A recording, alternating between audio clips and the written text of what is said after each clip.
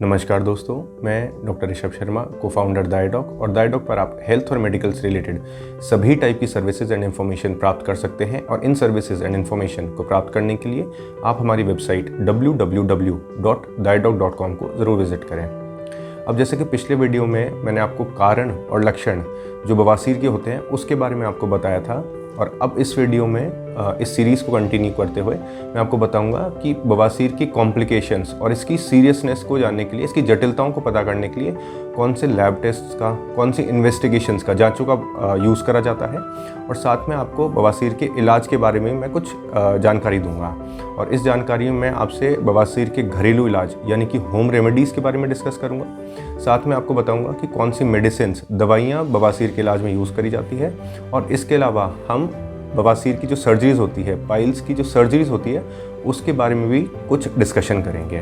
तो सबसे पहले हम बात करते हैं बवासीर की कॉम्प्लिकेशंस, जटिलताओं को का पता करने के लिए कौन सी जांचों का, कौन सी लैब इन्वेस्टिगेशंस का यूज़ करा जाता है। तो अगर मरीज़ में बवासीर के लक्षण आ रहे हैं तो सबसे पहले डॉक्टर आपसे जानकारी लेंगे, बीमारी के बारे में कुछ जानकारी लेंगे, और जिसे कि मेडिकल टर्म्स में हिस्ट्री टेकिंग भी कहते हैं।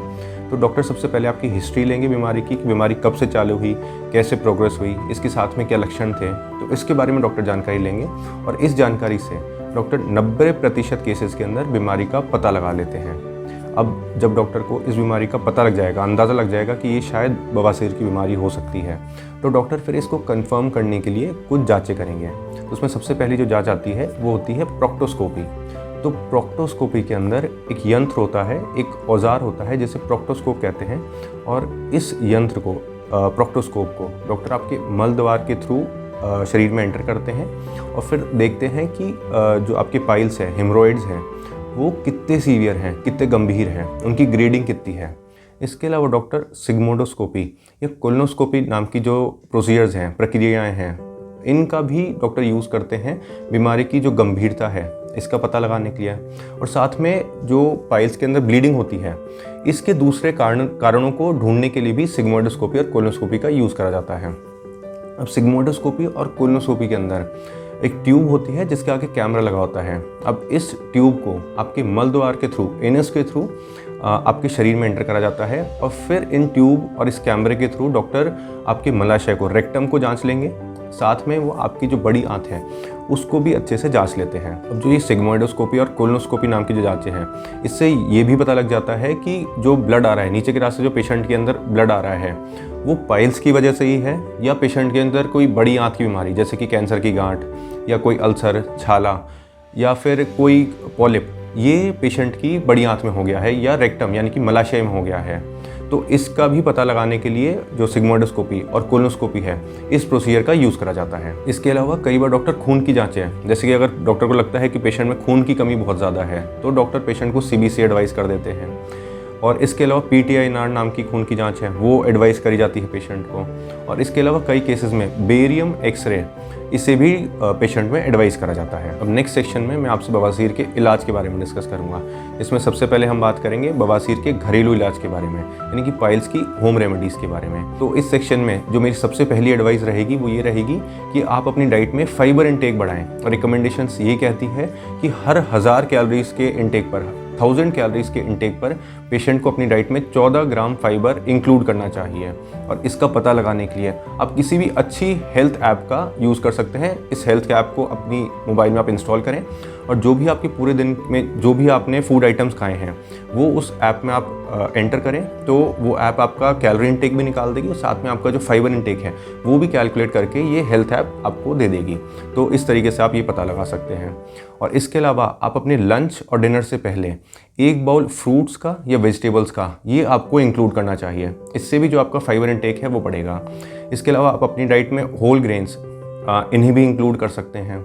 और इसके अलावा फिर भी अगर आपको लगता है कि आपकी डाइट में फाइबर इंटेक कम है और आप इस अमाउंट को पूरा नहीं कर पा रहे हैं, पूरे दिन में फाइबर के अमाउंट को पूरा नहीं कर पा रहे हैं, तो आप रात में 1 से 2 चम्मच ईसबगोल ये अपनी डाइट में इंक्लूड कर सकते हैं। और जो ईसबगोल है ये इजीली आपको किसी मेडिकल स्टोर पे या फिर कई बार ये किराना के स्टोर पे, यहाँ भी आपको इजीली मिल जाएगा और आप इसे इंक्लूड कर सकते हैं अपनी डाइट में। नेक्स्ट मेरी एडवाइस है कि आप पानी खूब पिएं। आपको रोज़ कम से कम 6 से 8 गिलास पानी पीना चाहिए, क्योंकि इससे भी जो आपकी पाचन क्रिया है वो अच्छी रहती है, डाइजेशन अच्छा रहता है, और जिससे कि आपको कॉन्स्टिपेशन नहीं होता, और कॉन्स्टिपेशन नहीं होगा तो आपको जो पाइल्स की समस्या है उससे भी आप बचे रहेंगे, या फिर जो पाइल्स की समस्या है ये प्रोग्रेस नहीं होगी।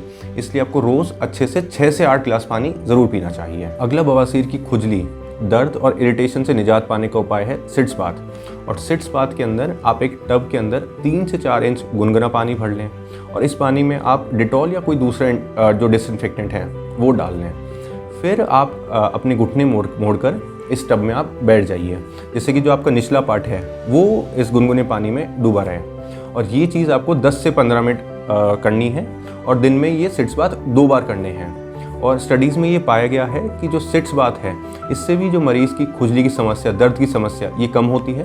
साथ में जो सूजन है पाइल्स की, ये भी सिट्स बाथ से कम होती है। इसके अलावा आप आइस पैक्स को टॉवल में लपेट कर यूज़ कर सकते हैं, और इससे भी आपको बवासीर की जो परेशानी है उसमें कुछ आराम मिलेगा। अब नेक्स्ट मेरी एडवाइस ये है कि आपको जब भी पॉटी आए, स्टूल आए, तो आप कभी इसे रोके नहीं। आपको जब भी पॉटी आ रही है आप तुरंत टॉयलेट में जाएं और इसे पास करके आ जाएं, क्योंकि ज़्यादा प्रेशर बनने से भी जो पाइल्स की समस्या है ये मरीज़ में बढ़ जाती है। अब अगली मेरी एडवाइस ये है कि आप टॉयलेट में लंबे टाइम तक ना बैठें, और रिकमेंडेशन के हिसाब से जो स्टूल पास करने का टाइम होता है वो होता है 3 से 4 मिनट। तो आप कोशिश करें 3 से 4 मिनट में पॉटी जाके आ जाएं, और 10 मिनट से ज़्यादा तो आपको टॉयलेट में बैठना ही नहीं है। तो इस बात का भी आपको ध्यान रखना है। इसके अलावा आप टॉयलेट पास करते टाइम स्क्वैटिंग पोजीशन का यूज़ करें। आप उकड़ू बैठे टॉयलेट जाते टाइम, और अगर आपके घर में यूरोपियन टॉयलेट है तो उसके लिए आप अपने पाँव के नीचे एक स्टूल लगा सकते हैं, जिससे कि आप जो उकड़ू पोजीशन है, स्क्वैटिंग पोजीशन है, वो फिर आपकी बन जाएगी, और आपको जो स्टूल पास करने में आसानी होगी, और जो कॉन्स्टिपेशन की समस्या है वो भी आपके नहीं होगी। तो इसलिए टॉयलेट जाते टाइम, स्टूल पास करते टाइम आप उकड़ू पोजीशन का, स्क्वैटिंग पोजीशन का यूज़ करें।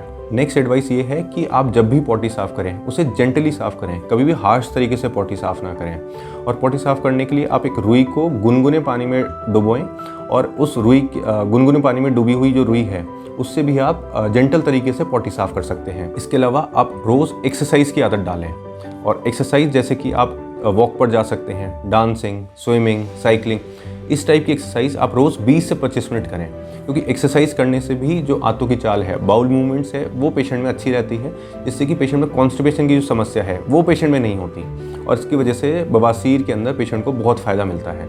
इसलिए आप रोज़ 20 से 25 मिनट एक्सरसाइज ज़रूर करें। इसके अलावा बवासीर के जो मरीज़ हैं वो एक जगह पर लंबे समय तक ना बैठें, अपनी पोजीशन चेंज करते रहें। इसके अलावा बैठने के लिए हार्ड सरफेस को अवॉइड करें। आप अपने नीचे कोई नरम गद्दी या तकिया इसे भी यूज़ कर सकते हैं। इसके अलावा अगर आपकी ओबेसिटी है, आपका वज़न ज़्यादा है, तो आपको वज़न भी कंट्रोल करने की ज़रूरत है, क्योंकि मोटापे से, ओबेसिटी से भी जो पाइल्स की समस्या है वो मरीज़ में बढ़ जाती है।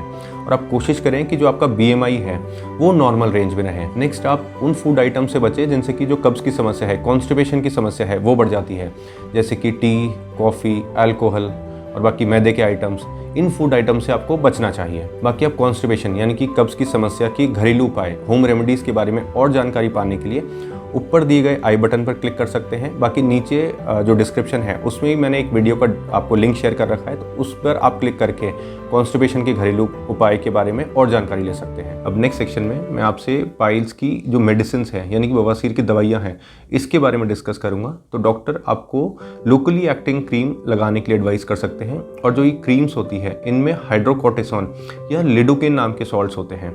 जो हाइड्रोकोर्टिसोन है ये एक प्रकार का स्टेरॉइड है, और ये बवासीर की जो सूजन है और दर्द है इसको कम करने में हेल्प करता है। और दूसरा है लिडोकेन। लिडोकेन एक एनेस्थेटिक एजेंट है, और ये जो पाइल्स का दर्द है इसको कम करने में हेल्प करता है। तो डॉक्टर आपको लोकली एक्टिंग क्रीम्स लगाने के लिए एडवाइस कर सकते हैं। इसके अलावा डॉक्टर आपको एनसेड्स नाम की जो दवाइयां हैं, टैबलेट्स हैं, वो एडवाइस कर सकते हैं। एनसेड्स में आती है आइबुप्रोफेन, पैरासीटामोल या एसिटामिनोफेन, इससे डॉक्टर आपको एडवाइस कर सकते हैं। और जो ये एनसेड्स नाम की जो दवाइयाँ होती है ये पाइल्स की सूजन को कम करने में हेल्प करती है। साथ में जो पाइल्स का दर्द है, बवासीर का दर्द है, इसको भी कम करने में ये दवाइयाँ हेल्प करती हैं। इसके अलावा अगर डॉक्टर को लगता है कि पाइल्स में इन्फेक्शन हो गया है यानी कि हेमोरॉइड्स में इन्फेक्शन हो गया है, तो डॉक्टर आपको कई एंटीबायोटिक्स भी एडवाइस कर सकते हैं। अब इन एंटीबायोटिक्स में आती है ऑर्निडाजोल, मेट्रोनिडाजोल या ऑफ्लॉक्सासिन, सिप्रोफ्लॉक्सासिन। तो ये एंटीबायोटिक्स भी इन्फेक्शन के केसेस में डॉक्टर पेशेंट को एडवाइस कर सकते हैं। अब नेक्स्ट मैं आपको बवासीर के इलाज में यूज़ होने वाले जो प्रोसीजर्स हैं इनके बारे में डिटेल में बताऊंगा। तो बवासीर के इलाज में जो प्रोसीजर्स यूज़ होते हैं उसमें आते हैं rubber band ligation, sclerotherapy, coagulation therapy, laser therapy, hemorrhoidopexy और हेमोरॉइडेक्टोमी। तो सबसे पहले बात करते हैं बैंड लाइगेशन की। तो बैंड लाइगेशन के अंदर जो फूला हुआ पाइल्स है उसके जो बेस है उसके ऊपर जो बैंड है, रबर बैंड है, उसको चढ़ा दिया जाता है। अब इसको चढ़ाने के बाद जो पाइल्स की जो ब्लड सप्लाई है वो बंद हो जाती है और उसके बाद जो पाइल्स है वो सूख कर गिर जाता है। पर रबर बैंड लाइगेशन को कम ही पेशेंट्स में यूज़ करा जाता है। इसे जो लिवर सिरोसिस के पेशेंट हैं या वो पेशेंट्स जो बड़ी सर्जरी टॉलरेट नहीं कर सकते, उन पेशेंट्स के अंदर रबर बैंड लाइगेशन को यूज़ करा जाता है। बाकी दूसरे जो पेशेंट्स हैं उनमें जो आजकल नए प्रोसीजर्स आ गए हैं इसके ट्रीटमेंट में, उन प्रोसीजर्स को यूज़ करा जाता है। अगला है कोगुलेशन थेरेपी।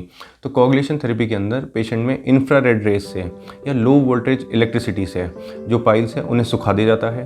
और इसके अलावा जो कोल्ड थेरेपी है, क्रायोथेरेपी है, इसमें लिक्विड नाइट्रोजन का यूज़ करके जो पाइल्स हैं उन्हें फ्रीज कर दिया जाता है, जिससे कि जो पाइल्स हैं वो सूख कर गिर जाते हैं। इसके अलावा नेक्स्ट ट्रीटमेंट ऑप्शन है स्क्लेरोथेरेपी। तो स्क्लेरोथेरेपी के अंदर जो पेशेंट के फूले हुए पाइल्स हैं इसमें इंजेक्शन के थ्रू मेडिसिन को इंजेक्ट कर दिया जाता है। तो ये मेडिसिन है ये फिर पाइल्स को सुखा देती है और उसके बाद जो पाइल्स हैं वो फिर गिर जाते हैं। इसके अलावा नेक्स्ट ट्रीटमेंट ऑप्शन है लेज़र थेरेपी।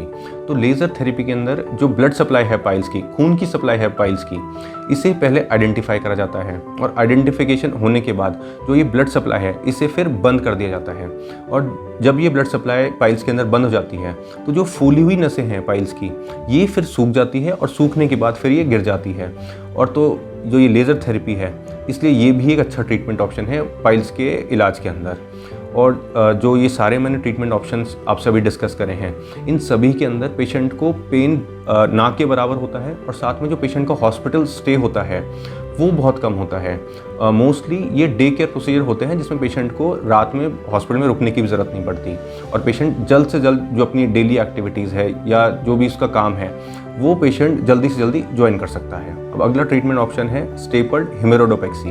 अब इस प्रोसीजर के अंदर एक सर्कुलर स्टेपलर को आपके मल द्वार के थ्रू, एनस के थ्रू अंदर पुश करा जाता है और फिर जो ये सर्कुलर स्टेपलर है ये बाहर निकले हुए जो पाइल्स है उन्हें ये काट देता है और जो बाकी बचे हुए पाइल्स हैं उन्हें रेक्टम में यानी कि मलाशय में उन्हें फिक्स कर देता है। और जो ये स्टेपल्ड हेमोरॉइडोपेक्सी है इसमें भी पेशेंट को मिनिमम ब्लीडिंग होती है, मिनिमम पेन होता है और साथ में जो पेशेंट का रिकवरी टाइम है वो भी बहुत कम होता है। तो ये भी एक अच्छा प्रोसीजर है। इसके अलावा अगर पेशेंट में जो पाइल्स की समस्या है वो बहुत ज़्यादा बढ़ चुकी है, जैसे कि पेशेंट में ग्रेड 4 पाइल्स हैं या ग्रेड 3 पाइल्स हैं जिसमें पेशेंट को बहुत ज़्यादा सिम्टम्स आ रहे हैं, लक्षण बहुत ज़्यादा आ रहे हैं, परेशान हो रहा है पेशेंट, तो इन केसेस में पेशेंट को हेमोरॉइडेक्टोमी नाम की जो सर्जरी है उसकी ज़रूरत पड़ जाती है। और इस सर्जरी के अंदर सीजर्स के थ्रू या सर्जिकल नाइफ के थ्रू जो बड़े हुए पाइल्स हैं उन्हें काट दिया जाता है। और हेमोरॉइडेक्टोमी नाम की जो सर्जरी है इसमें पेशेंट को जो रिकवरी टाइम है वो थोड़ा बढ़ जाता है और पेशेंट को थोड़े हॉस्पिटल स्टे की भी ज़रूरत पड़ती है। तो ये थी कुछ जानकारी पाइल्स की इन्वेस्टिगेशंस के बारे में और इसके इलाज के बारे में। बाकी हेल्थ एंड मेडिकल से related authentic, useful and reliable information के लिए आप हमारा चैनल ज़रूर सब्सक्राइब करिए। बाकी हेल्दी रहिए, खुश रहिए। Thank you, take care.